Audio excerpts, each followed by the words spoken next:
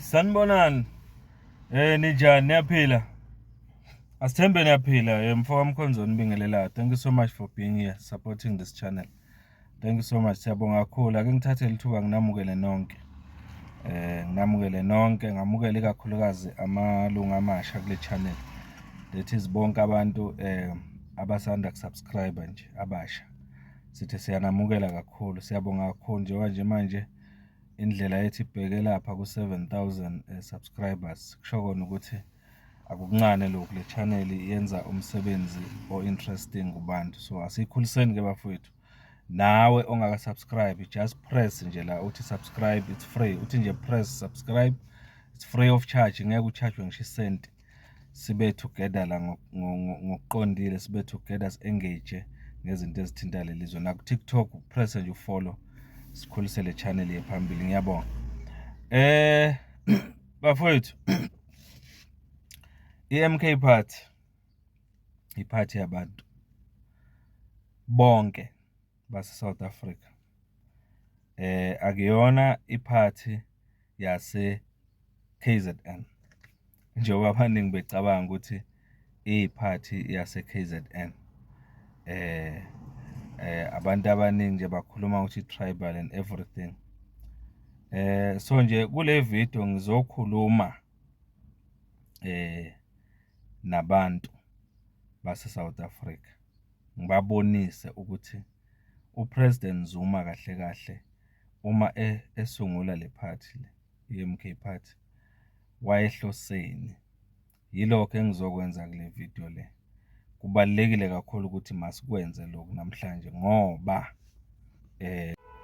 laba abaloku babhizi behlaba enyuka lana bekhuluma indaba yokuthi iMK Party iphathi yase KZN, iphathi yamaZulu, bathi Stokvel sakwaZuma, bathi iphathi efana namanye amaqembu epolitiki ase KZN, iphathi e-tribalist, iphathi egxile kumaZulu and everything.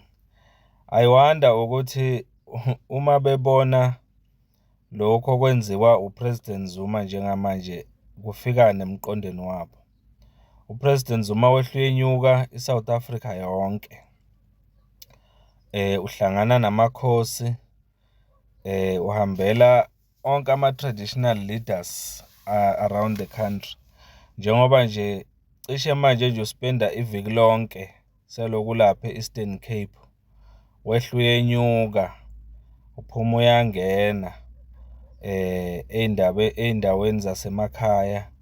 Uphuma uyangena ezigodlweni zamakhosi e-Eastern Cape. Uya engage nabaholi bomdabu.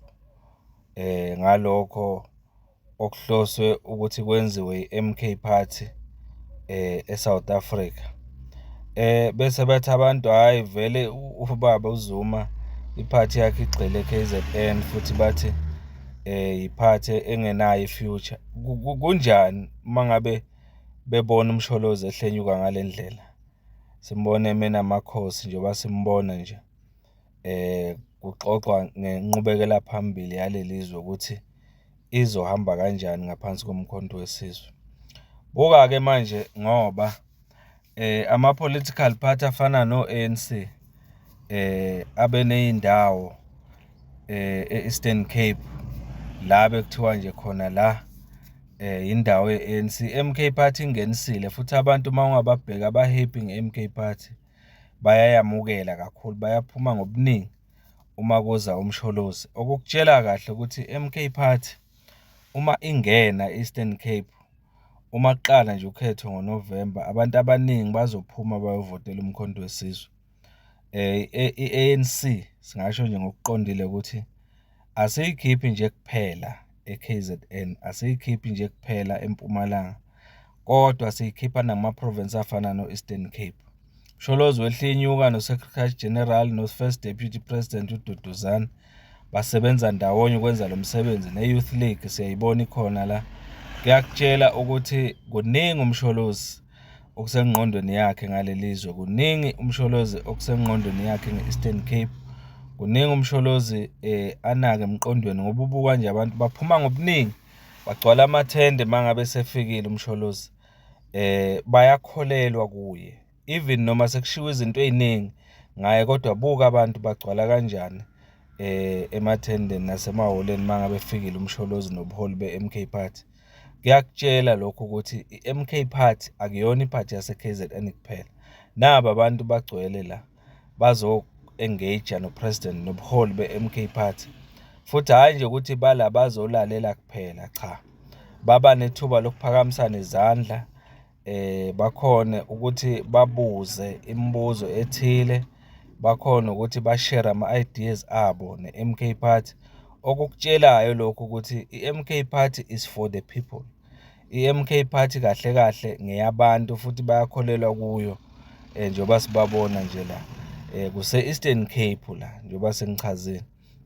So-ke laba basenombono ukuthi uPresident Zuma ungumuntu ogxile e-KZN, MK Party, party yamaZulu ezophelela e-KZN, ukuthi nje namhlanje sifisa ukuthi sibabonise ukuthi la kuse-Eastern Cape njengoba sibona nje la makhosi ase-Eastern Cape azolalela umsholozi, azolalela i-leadership ye-MK Party, futhi banako ukuthi i-South Africa njengamanje iyayidinga ngempela i-change. So-ke wena osasele emuva, osakholelwa ukuthi i-MK Party useless, engathi uzosala wedwa impela, buka njengoba sikuvezela la ukuthi ibhekephi i-MK Party. Siyakuhleka nje ngoba indaba yakho kuyabonakala ukuthi awukacabangisisi kahle. Ukhetho-ke bafethu lisondele manje, sesibheke kulo. Siyacela ukuthi abantu ba-understand ukuthi lelizwe liyoshintshwa yibo ngevoti labo, and ayikho enye indlela abangashintsha ngayo isimo salelizwe ngaphandle kokuthi bavotele uMkhonto weSizwe Party. Nxamalala, siyakubonga kakhulu. Siyakubona futhi siyayibona imisebenzi yakho, siyayazi. Futhi siyakubona ukuthi nakuba over 85 years, over 80 years manje, kodwa usaqhubeka usemphakathini. Gwaza Mkhonto, gwaza. Siyabonga, siqhubeke sisapotha le channel ngendlela bezivele siyisapotha ngayo, kodwa okubaluleke kakhulu ukuthi uthi press subscribe. Nawe nje ungaka-subscribe, ngikubhekile, ngibuke wena nje, ngicela ukuthi usubscribe la, bese uyaphuma-ke after subscribe-ile, uphinde upress ufollow naku-TikTok. Umfoka Mkhonza lo, siyabonga kakhulu bafethu. Asihlangane kuma-comments, asihlangane nakuma-video alandelayo. Thank you so much.